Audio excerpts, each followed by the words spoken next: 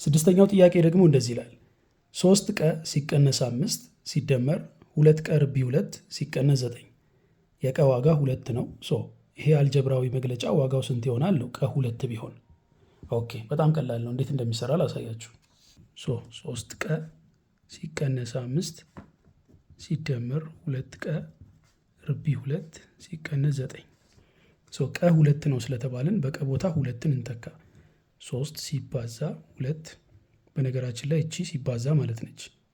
ሲባዛ በዚህ መንገድ ብትጽፉት እንዲህ ብታደርጉ ያው ሲባዛ ነው። ቅንፍን ብትጠቀሙ ሲባዛ ነው። ለምሳሌ 3 ሲባዛ 2 ብዬ መጻፍ እችላለሁ። 3 ሲባዛ 2 እንደዚህ መጻፍ እችላለሁ። 3 ሲባዛ 2 እንደዚህ መጻፍ እችላለሁኝ። ሁሉም ሲባዛ ነው፣ ተመሳሳይ ነው ለማለት ነው። ሲቀነስ 5 ሲደመር 2 ሲባዛ አሁንም በቀ ቦታ 2ን እንተካና ርቢ 2 እናደርጋለን ሲቀነስ 9። አሁን እዚህ ጋር እንግዲህ የስሌት ቅደም ተከተልን ማወቅ አለብን። የስሌት ቅደም ተከተል ላይ መጀመሪያ የሚሰላው ቅንፍ ውስጥ ያሉ ናቸው። ቀጥሎ ደግሞ ርቢ፣ ከዛ ቀጥሎ ማካፈልና ማባዛት እንዳመጣጣቸው ከግራ ወደ ቀኝ፣ በመጨረሻም መደመርና መቀነስ እነዚህም እንዳመጣጣቸው ከግራ ወደ ቀኝ ነው የሚሰራው። ኦኬ አሁን እዚህ ጋር ቅንፍ የለም። ከቅንፍ ቀጥሎ ግን የሚሰራው ርቢ ነው ብያቸዋለሁ አይደለም? ርቢ ያላት ቁጥር ይችልች አይደል?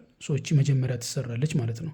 አስቀድማችሁ የምትሰሩትን ቅንፍ ውስጥ ከተቱት። እሺ፣ ለመስራት እንዲመቻችሁ ግሩፕ አድርጉት። ኦኬ ሌሎቹ እንዳለ ይጻፋሉ። 3 ሲባዛ 2 ሲቀነስ 5 ሲደመር 2 እናደርግና ሲባዛ ከዛ ይሄ 2 ርቢ 2 ማለት 4 አይደለ? 4 እናደርጋለን ሲቀነስ 9 ይሆናል። ኦኬ አሁን ርቢ የለም። ስለዚህ ከርቢ በኋላ ማካፈልና ማባዛት ይቀድማሉ ብያለሁ። አሁን ማካፈል የለም፣ ማባዛት ግን አለ። ስለዚህ እዚህ ጋር ያለውን ማባዛት አስቀድመን እንሰራለን ማለት ነው። ኦኬ ይሄ 3 ሲባዛ 2 6 ነው። 6 ሲቀነስ 5 ሲደመር እናደርግና እዚህ ጋርም ማባዛት አለ። ይሄንንም እንሰራለን። 2 ሲባዛ 4 8 ነው። ከዛ ሲቀነስ 9 ይሆናል ማለት ነው። አሁን መቀነስ አለ እዚህ ጋር። ስለዚህ መቀነስና መደመር ስለሆኑ መጀመሪያ የመጣውን ነው የምናስቀድመው። መቀነስና መደመር መጀመሪያ የመጣውን ነው የምናስቀድመው። ከግራ ወደ ቀኝ ስለሚሰራ ቀድሞ የመጣው ይሰራል ማለት ነው። ማባዛትና ማካፈልም እንደዛ ነው። እዚህ ጋር አሁን መቀነስ አስቀድሞ ስለመጣ 6 ሲቀነስ 5ን እንሰራለን ማለት ነው። 6 ሲቀነስ 5 ስንት ነው? 1 አይደለ? 1 ሲደመር 8 ሲቀነስ 9 ይሆናል ማለት ነው። አሁን ደግሞ ሲደመርና ሲቀነስ ናቸው። ግን ከግራ ወደ ቀኝ ስንሰራ መጀመሪያ ያለው ምንድን ነው? መደመር አይደለ? መደመርን አስቀድመን እንሰራለን ማለት ነው። 1 ሲደመር 8 9 ነው። ከዛ 9 ሲቀነስ 9 ይሆናል። 9 ሲቀነስ 9 መጨረሻ ላይ 0 ይመጣል መልሱ ማለት ነው። ያ ማለት መልሱ ሐመር ውሃ ነው ማለት ነው። እስኪ እንመልከተው። ይኸው ሐመር ውሃ ነው መልሱ። ወደ ቀጣዩ ጥያቄ እንለፍ። 7ኛው ጥያቄ ላይ ደርሰናል። እንደዚህ ይላል 3 ሙሉ 1/2 ኪሎ ግራም ማንጎ እና 2.5 ኪሎ ግራም ፓፓያ ብትገዛ በድምሩ ምን ያህል ኪሎ ግራም ፍራፍሬ ገዛህ ይላል። 3 ሙሉ 1/2 ኪሎ ግራም ማንጎን የገዛኸው 2.5 ኪሎ ግራም ፓፓያም ገዝተሃል። ያ ማለት ሲደመር 2.5 ኪሎ ግራም ገዝተሃል ማለት ነው። ሁለቱን መደመር ነው። አሁን እነዚህ ሁለቱን ለመደመር እንዲመቸን መጀመሪያ ይሄ ድብልቅ ቁጥር ነው። ድብልቁን ቁጥር ወደ ህገ ወጥ ክፍልፋይ እንለውጣለን። 3 ሲባዛ 2 ሲደመር 1 እናደርጋለን አይደለም? 3 ሲባዛ 2 ሲደመር 1 7 ነው አይደል? 3 ሲባዛ 2 6 ነው። ሲደመር 1 7 ኦቨር ከስር 2 አለች 2። ልክ እንደዚህ አድርገን ወደ ህገ ወጥ ክፍልፋይ ለወጥ ነው። ከዛ ሲደመር እናደርግና ይሄኛውንም አስርዮሽ ቁጥር ወደ ክፍልፋይ እንቀይረዋለን። ይህንን አስርዮሽ ቁጥር ወደ ክፍልፋይ ለመቀየር በጣም ቀላል ነው። ከነጥብ በኋላ ስንት ሆሄ ነው ያለው? 1 ሆሄ አይደል ያለው? ስለዚህ በቃ ነጥቡን አጥፉት፣ ኦቨር 10 አድርጉት። በቃ 10 1 0 ስላላት ማለት ነው። ከነጥብ በኋላ 2 ሆሄያት ቢኖሩ ኖሮ ነጥቡን አጥፍታችሁ ኦቨር 100 ነበር የምታደርጉት። 100 2 ዜሮች ስላሉት። ከነጥብ በኋላ 3 ሆሄያት ቢኖሩ ኖሮ ነጥቡን አጥፍታችሁ ኦቨር 1000 ነበር የምታደርጉት። 1000 3 ዜሮች ስላሉት ማለት ነው።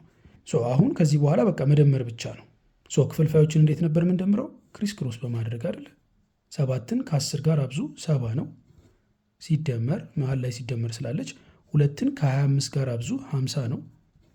ከዛ ኦቨር 2ን ከ10 ጋር አብዙ 20 ነው። በቃ 70 ሲደመር 50 120 አይደለ? ኦቨር ከስር 20 አለ 20። አሁን ለማካፈል እንዲመቸን ከፈለጋችሁ የላይኛዋን 1 0 ከታችኛው 1 0 ጋር ማጣፋት ትችላላችሁ። 12 ሁለተኛ ሆነ 12 ሲካፈል ለ2 ደግሞ ስንት ነው? 6 ነው መልሱ ማለት ነው። ኦኬ ያ ማለት ምርጫው ላይ መልሱ ለ ነው ማለት ነው። ወደ ቀጣዩ ጥያቄ እንለፍ። 8ኛው ጥያቄ ደግሞ እንደዚህ ይላል። በቤታችሁ 3 ወንዶች 2 ሴቶች ቢኖሩ የሴቶች ቁጥር በፐርሰንት ስንት ነው ይላል። ይሄ በጣም ቀላል ጥያቄ ነው። በመጀመሪያ ደረጃ በቤታችሁ 3 ወንዶችና 2 ሴቶች አሉ ማለት አጠቃላይ ስንት ሰው አለ ማለት ነው? 5 ሰው አለ ማለት ነው አይደል? አጠቃላይ ያለውን የሰው ቁጥር ታህት ነው የምታደርጉት። እሺ መጀመሪያ በክፍልፋይ እንጻፈው።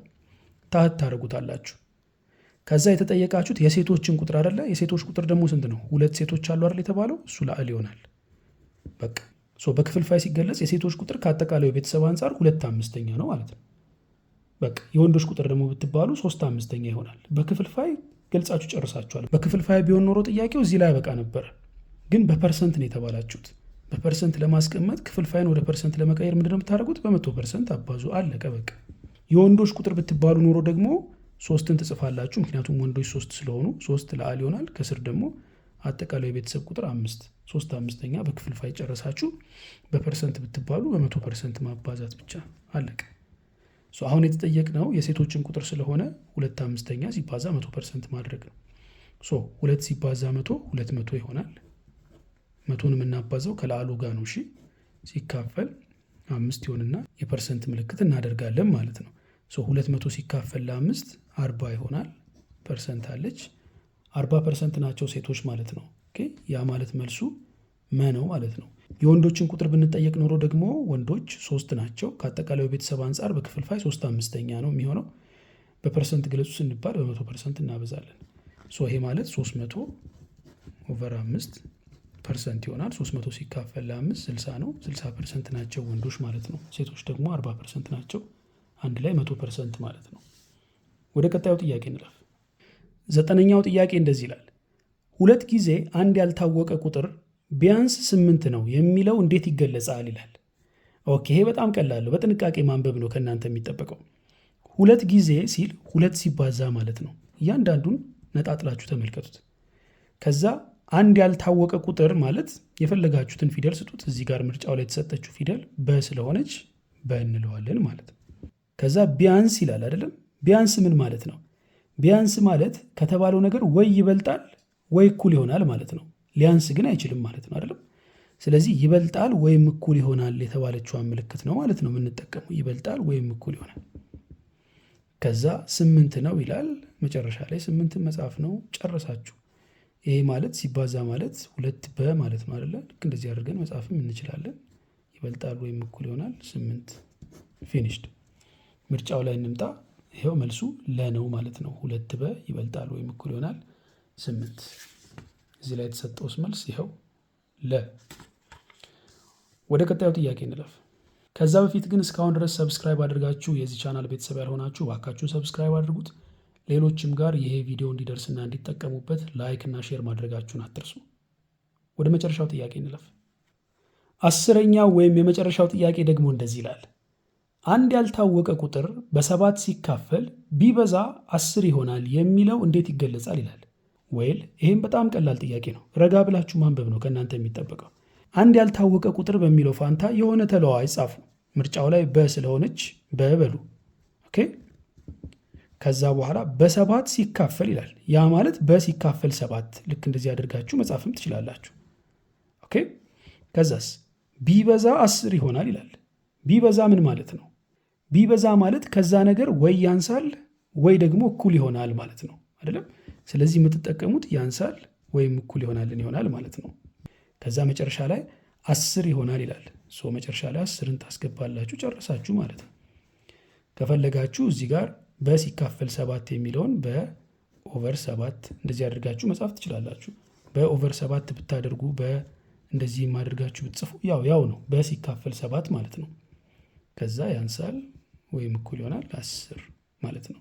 ወይም እዚህ ጋር ያንሳል ወይም እኩል ይሆናል 10። ልክ እንደዚህ አድርጋችሁ ከ3 አንዱ በመረጣችሁት መንገድ መጻፍ ትችላላችሁ።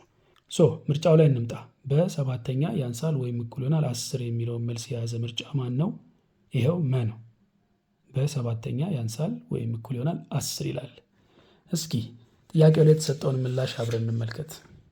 መ በትክክል ከዚህ ቪዲዮ እንደተጠቀማችሁ እርግጠኛ ነኝ። ሌሎችም ጋር ደርሶ እንዲጠቀሙበት እባካችሁን ይሄንን ቻናል ላይክ እና ሼር ማድረጋችሁን አትርሱ። ሰብስክራይብ ያላደረጋችሁም ሰብስክራይብ እያደረጋችሁ እኛንም አበረታቱን።